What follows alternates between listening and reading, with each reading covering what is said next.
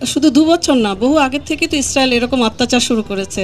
তো কিন্তু বর্তমানে যে অবস্থা দাঁড়িয়েছে যে বাচ্চারা আহত হয়ে তাদের ব্যথার জন্য কাঁদছে না, কাঁদছে খাওয়ার জন্য।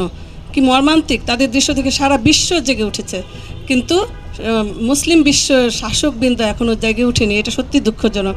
আমি মনে করি যে অসুর শক্তি, দানব, একে সারা বিশ্ব জেগে উঠলেও ওদের নাড়া দিচ্ছে না, ওরা কিছুতেই জেগে উঠছে না।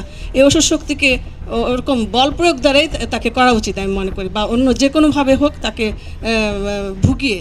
তো আলোচনার টেবিলে তাদেরকে বিভিন্নভাবে বয়কট করে মুসলিম বিশ্বের এদেরকে আগেই আসতে হবে। আজ যদি হিন্দু বা খ্রিস্টান বা অন্য কোনো ধর্মের উপরে এভাবে হতো, জাতিসংঘ অন্যান্য মিলে নিশ্চয়ই ওদেরকে স্বাধীন করে দিত। কিন্তু মুসলমান জনসাধারণ তারা যেন পশুর মতো, তাদের জানের কোনো মূল্য নেই, মানবতা সেখানে কাজ করে না, এরকম একটা অবস্থা। তো আমি বলবো যে মুসলমান বিশ্বের শাসকদের এগিয়ে আসতে হবে। আমাদের ট্রাম্প বা ওই জাতীয় পাশ্চাত্য আসলে সত্যিকার অর্থে কিছু করবে না। জনগণ জেগে উঠেছে, কিন্তু শাসকরা কিছুই করবে না।